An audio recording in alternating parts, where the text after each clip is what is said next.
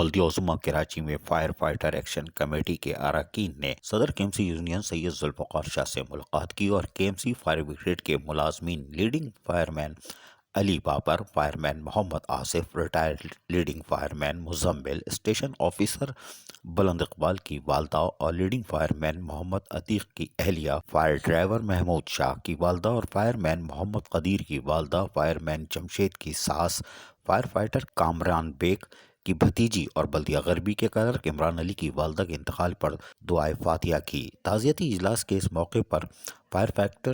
Action committee کے صدر شاہد قادری جہاں موجود تھے، وہیں دیگر ممبران بھی موجود تھے، جبکہ کے ایم سی سجن یونین کے دیگر رہنما بھی موجود تھے۔ اس موقع پر جہاں فاتحہ خوانی کی گئی، وہیں فائر فائٹر کے مسائل کے حل کے لیے بھی عہد کیا گیا کہ فائر فائٹر تمام تر مراحل کے لیے ہر ممکن کوشش کو اب مزید تیز کی جائے گی۔ عزیز عارف، KBS بلدیاتی نیوز، کراچی۔